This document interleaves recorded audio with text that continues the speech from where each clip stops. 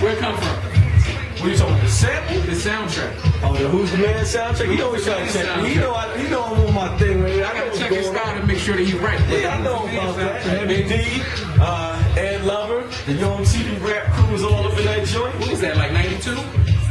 I believe so. Like the summer of 92. Nah, it might have been the summer of 93. Summer 93, you know why I know? Because there's a lot of guns in the video. Really? That summer had a whole lot of guns in everybody's video because EPMD was done. Yeah. EPMD, the 4th album was out in 92. That's true. Right. Business Never Personal. Yeah. So they split, unfortunately, over some... was that the first out of the many? The splits, they're coming back. Yeah. I don't know, man, but it was sad because that was one of the hardest runs ever, man. The first 4 albums was classic. They're classic. I was just in New York and somebody was telling me they think that they might be the best duo ever. Yeah, they up there with me too. Yeah. Him and Mob's first 4 runs. Yeah, that's tough too. Yeah, you know what I'm saying? EPMD is definitely on point. But they brought out, they was first people that had, like, they was introducing people to Hit Squad. That's true. You know what I'm saying? K Solo, Dice Effects. Yeah, Unfinished Business was crazy, but when they had to split, you see how they took their artists with them too. Yeah, that was crazy. That was fun. It was like a soap opera back then. It was good stuff, man. It was good days. It was good music, man. And speaking of good days, man, I think we gotta go to your boy She. Yeah, I said it. You know what I mean? Beat was banging on this. Yeah. Biggie was on this too. Yeah. We'll talk about that later. We'll talk about that party and boat. Yeah.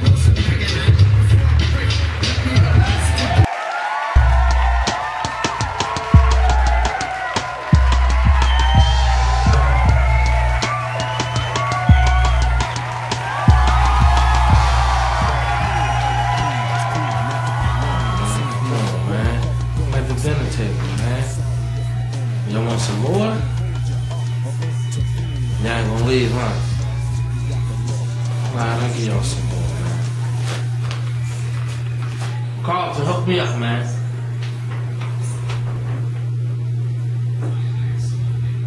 Sir. Sir.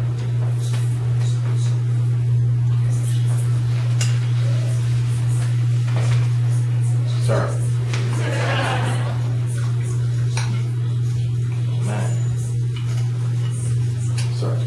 Still, people, it's your boy She. Well, yeah, I said it. Today's topic, you're not a fan, you just like the team. You see, a lot of times I get in an argument with people and they talk about how they're fans of teams, but there's certain requirements to be a fan. Like, if you don't think your team is going to the championship every year, you're not a fan, you just like the team. Sorry.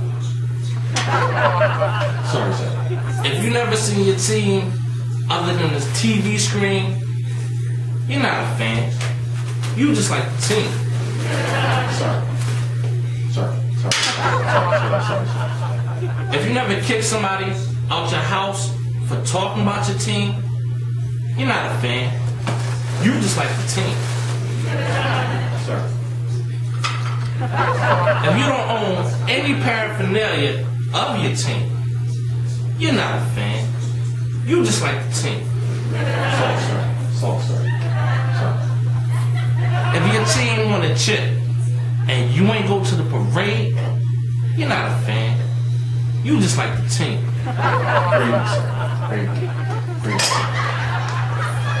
If your team is in another city that you ain't never been to, you're not a fan. You just like the team.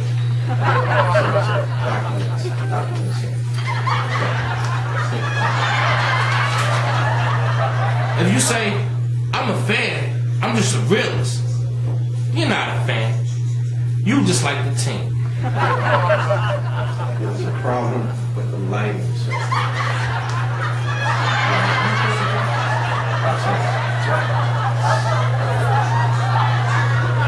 If you ain't ever cussed at least 2 people out after your team lost and they had nothing to do with it, you're not a fan. You just like the team. Chasers. Sorry.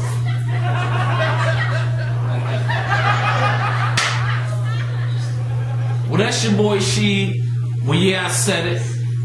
Let you know if you're a fan or you just like the team. You can catch me on Twitter at your boy Sheed or at Don't Trust Chicks. You can also catch us at Sport Enthusiasm. It's your boy, yeah, I said it.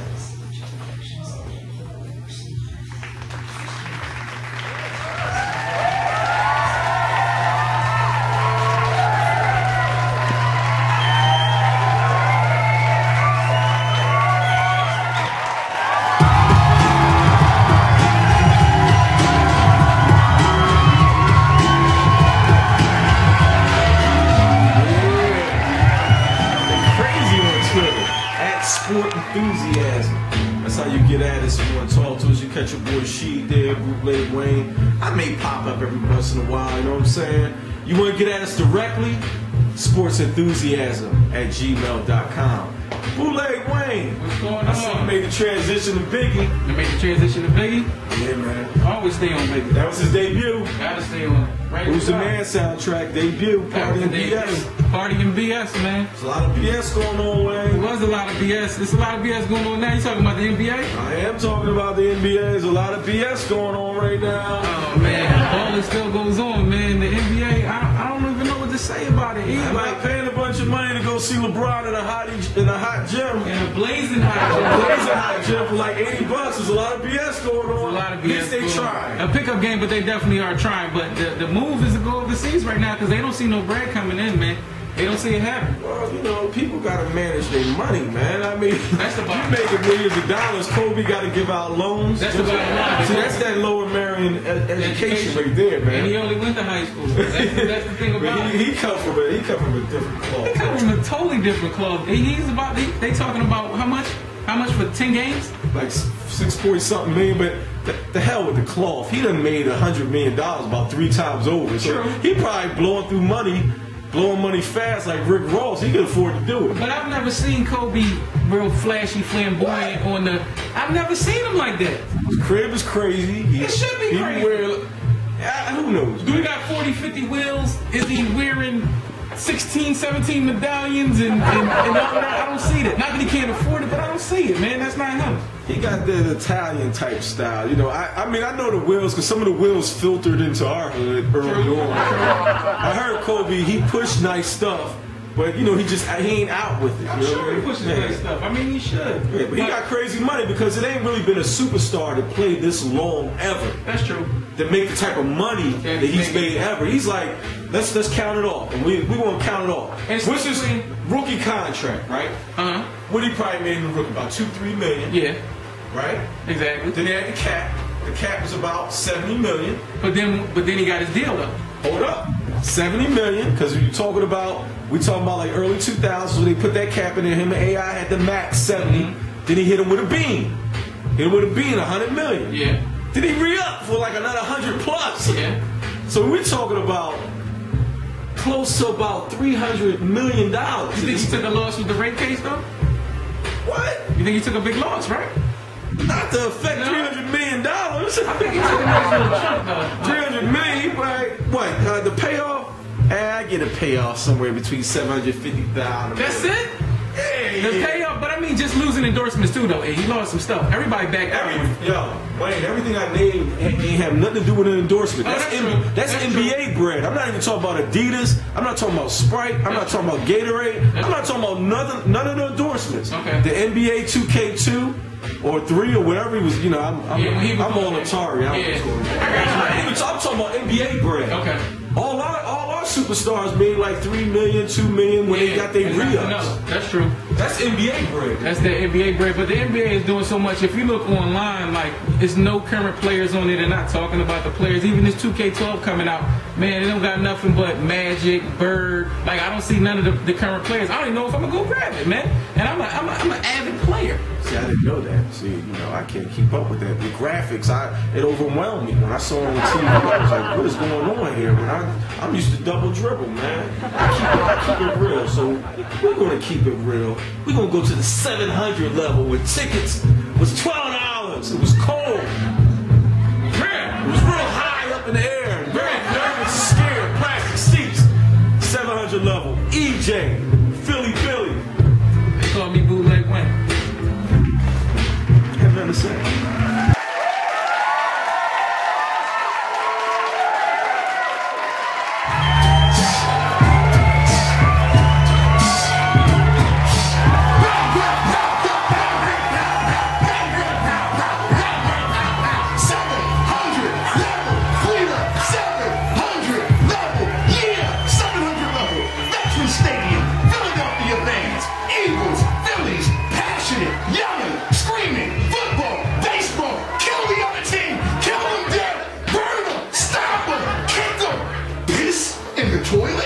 Six, nowhere to park, Hokey Gate, the vet, concrete, the jail cell underneath with Judge Seamus. Judge Seamus? We actually had a jail at our stadium. The 700 level, where we come with Philadelphia knowledge, Philadelphia passion, and Philadelphia strength. I'm your boy EJ with the boy they call Philly Billy. Bang bang, pop pop, and we getting at you live with baseball from the 700 level. American League payoffs, CC Sabathia, New York Yankees, Detroit Tigers, Justin Verlander. Who's going? Oh my God, I'll tell you this much.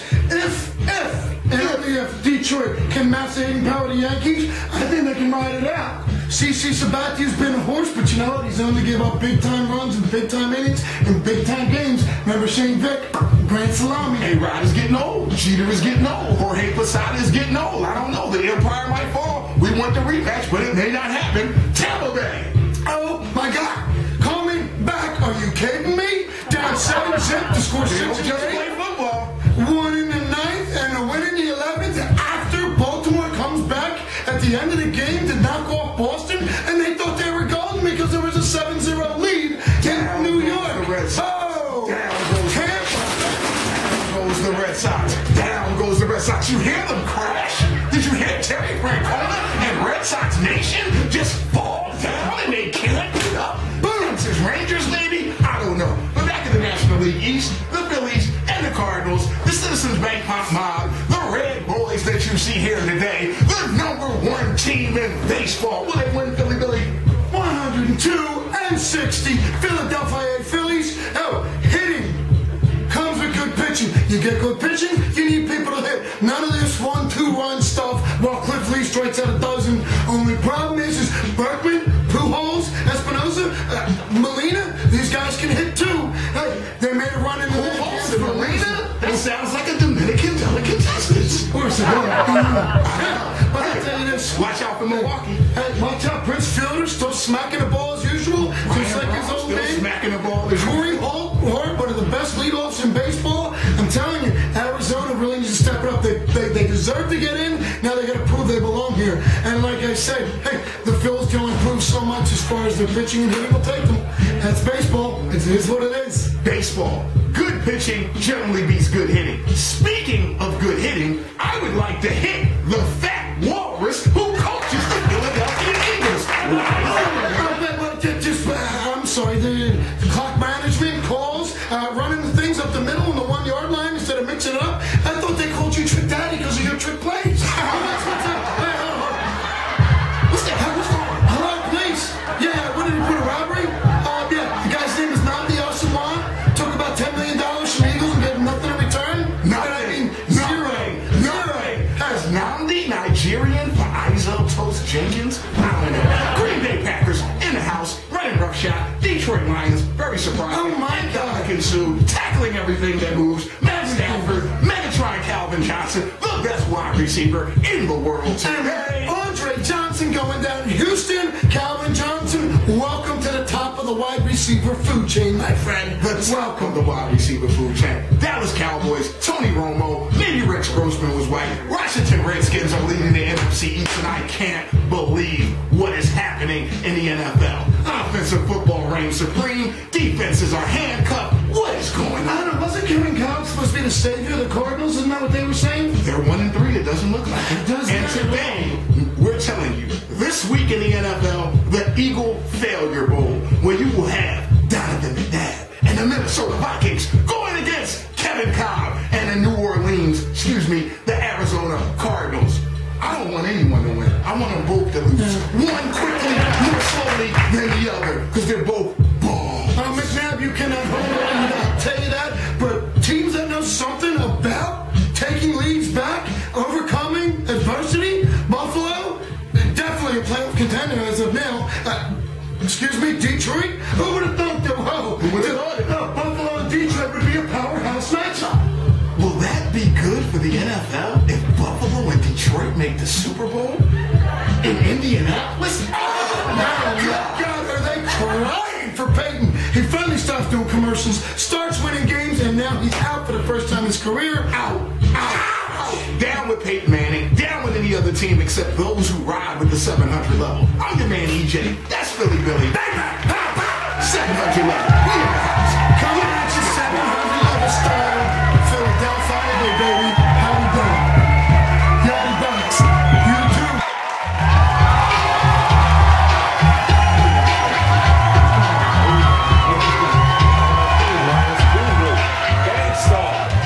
Gangstar, man. It's crazy, man. One of the most underrated groups too, man. Sad how my man went out. Rest in peace, Guru. Passed away about a year and some change ago. You know what I mean? One of the pioneers, just like their last album was called Pioneers. Where was Guru from? Classic album. Where was he from? Know where he from? He was from New York? No, he wasn't from New York, man. He's from Boston, boy. From Brooklyn. Nah, he act like he was from the planet of Brooklyn. He's from Boston, right? He's from Boston. How many rappers is from Boston? I can think of The almighty RSO. RSO. See, the stats is like, the stats is there. I was about to say LG and the Bulldogs. They was Boston. Boston too? Yeah. Yeah, see, that connections because people from New York, they got their cribs in Connecticut and the trek ain't too far from there. That's you know true. what I mean? Marky and the Funky Bunch. Yo, let me tell you about Mark Wahlberg, man. I don't even want to talk about him as a rapper, as a producer, and I know some of you cats out there don't know this band's catalog. Entourage, How to Make It in America, and probably the greatest TV show of all time, Boardwalk Empire, man. Yeah. That's on another level, man. People don't know Marky Mark, the same guy, the Eminem clown. If they even know who He is the producer of all these shows, man. And the films and scripts he found for Hollywood. Definitely much respect for him. Man. Yeah, definitely. Boston got some talent coming out of here, no doubt. But as far as Guru goes, man, he was gifted unlimited rhymes universal money. Yeah, man. Yeah. Hip hop today, we ain't gonna smash on it because there's still some gems here and there. But sometimes we gotta be like, forget about it. And speaking of forget about it, we're gonna go to your boy Philly Billy. Forget about it. With the bang bang and the pow pow.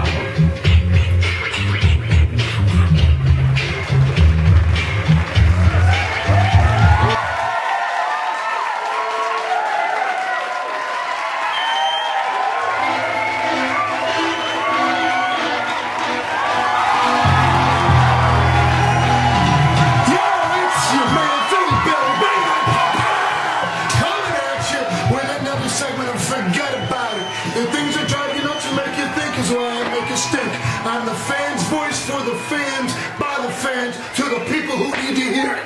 Now, stepping in here. Oh boy, around here over here, Yachty Box, we're like a little family, We take care of each other, but we don't meddle in business.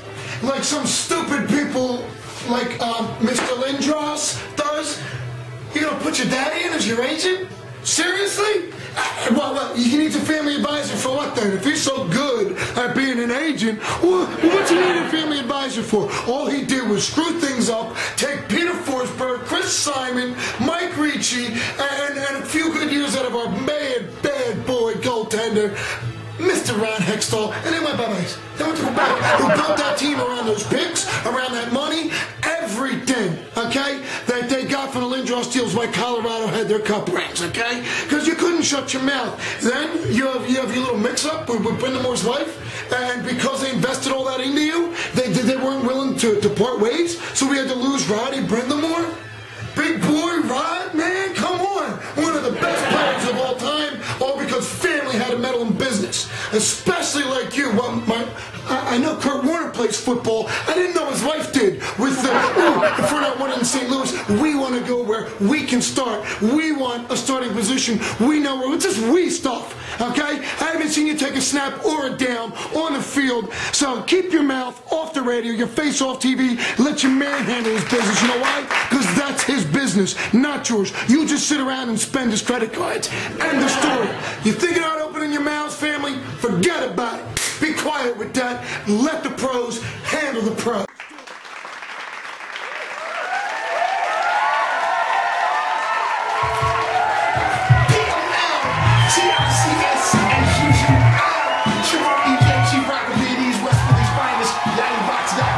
Enthusiasm, politics, as usual. And as you can see, I dress for the occasion. Red, not the next door. Overbrook High School, in the house, sleep. Hoo-wee. Look at this, right? Black and orange. Overbrook High School, the man, Wilt, the stilt Chamberlain. Yes. Read this book, Dr. Wilt, got this jersey. Overbrook High, the castle on the hill. The #1 basketball playing team in the country in the early 50s, late 60s and 70s because of this man, Wilt Chamberlain, 7 foot tall, athletic, graceful, intelligent, well-spoken, went to the University of Kansas, played for the Globetrotters, and brought a world championship to this town, Philadelphia, with the Warriors, with Billy Cunningham. But the politics of it is this. Why did a man who scored 100 points in a game, why did a man who averaged 50 points and over 25 rebounds in a single season, why is the man who held every athletic title and accomplishment in the NBA until Michael Jordan came around, why did he not retire as a Philadelphia 76er when he grew up and was raised in beautiful downtown West Philadelphia? Overbrook, the castle on the hill. You never know why the owner, Richmond, promised him 25% of the team because Wilt was basketball at that time. Wilt was the most famous man in the world at that time. Wilt was the man who paid money to all his teammates because he knew he made 5 times more than they did. He bought dinners, he bought cars, he bought Rolexes. He was very, very, very generous to the people on his team and the people in Philadelphia, and that's why people like Sonny Hill still love Wilt, still profess that there is no basketball player greater than Wilt. Why he is honored today in front of Overbrook High School. Drive past 59th Street, drive past the Hilltop, and you will see the monuments honoring this man, the greatest NBA player of all time. Wilt Chamberlain was denied his rightful place in Philadelphia's fame and honor to retire as a Philadelphia 76er by the owner, Irv Richmond. Irv promised Wilt 25% of the team. Wilt didn't get it, and in anger, he went to Los Angeles. Teamed up with Jerry West, Elgin Baylor, won a couple championships, and the rest is history. People know Wilt Chamberlain as a LA Laker instead of a Philadelphia 76er. Sounds familiar, don't it? The more things change, the more they stay the same. There's another legendary Philadelphia player who also is known as a Laker. If you know what his name is, I won't tell you. You know who I'm talking about. The more history stays the same, the more it don't change. This is EJ, Chief Rocker B&E's, politics as usual. Wilt Chamberlain, Overbrook High School, West Philadelphia. Dress the occasion, learn to rock ties and hats. Don't be a thug your whole life. Politics as usual. Sports enthusiast. I'm EJ, also known as B&E's.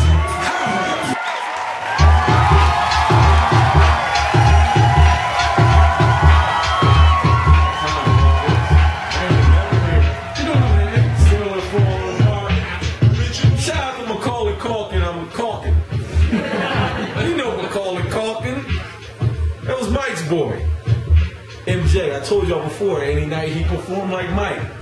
I hope it wasn't like Jackson on that particular night. You know, like red wine, happy juice. We're not gonna go there because there are the trials going on. The trial.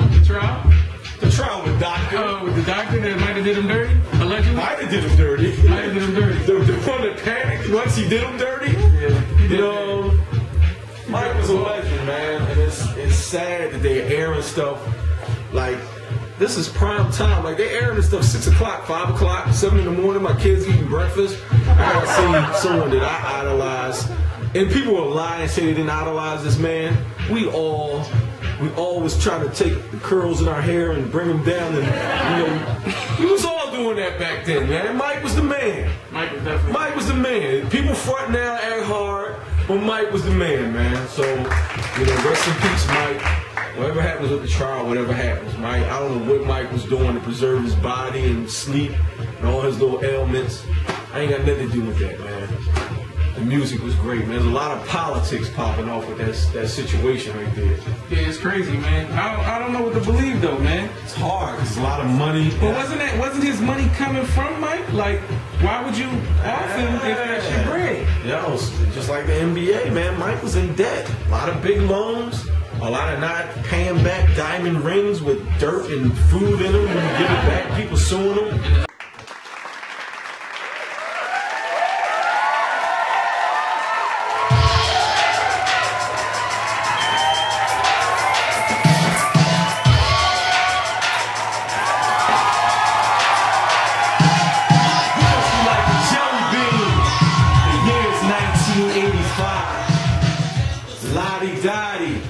The show, summer was crazy.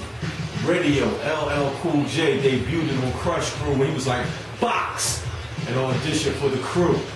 PSK, music was coming out at a whole nother level. So Nike decided to introduce something that was considered the fraternal twin of the Terminator. You remember the Terminator? I ain't talking about Arnold Schwarzenegger. I'm talking about those shoes that the Hoyas wear, Villanova wore. Remember Pat Ewing when he lost to the Hoyas, when he lost to Villanova in the finals? The Terminator, the fraternal twin, was called the Dunk. This shoe right here is one of the most coveted shoes in the Nike collection. 1985, they made this. The fraternal twin was a lower profile for the outer sole. The paneling was improved for pivoting and also blocking shots. They considered this a more athletic shoe. Also, it was cheaper. Because you gotta look at the Air Force. One was up there in price. Even the Terminator was a little bit up there in price. These was more affordable. They brought them out in 9 colorways to represent 9 college teams.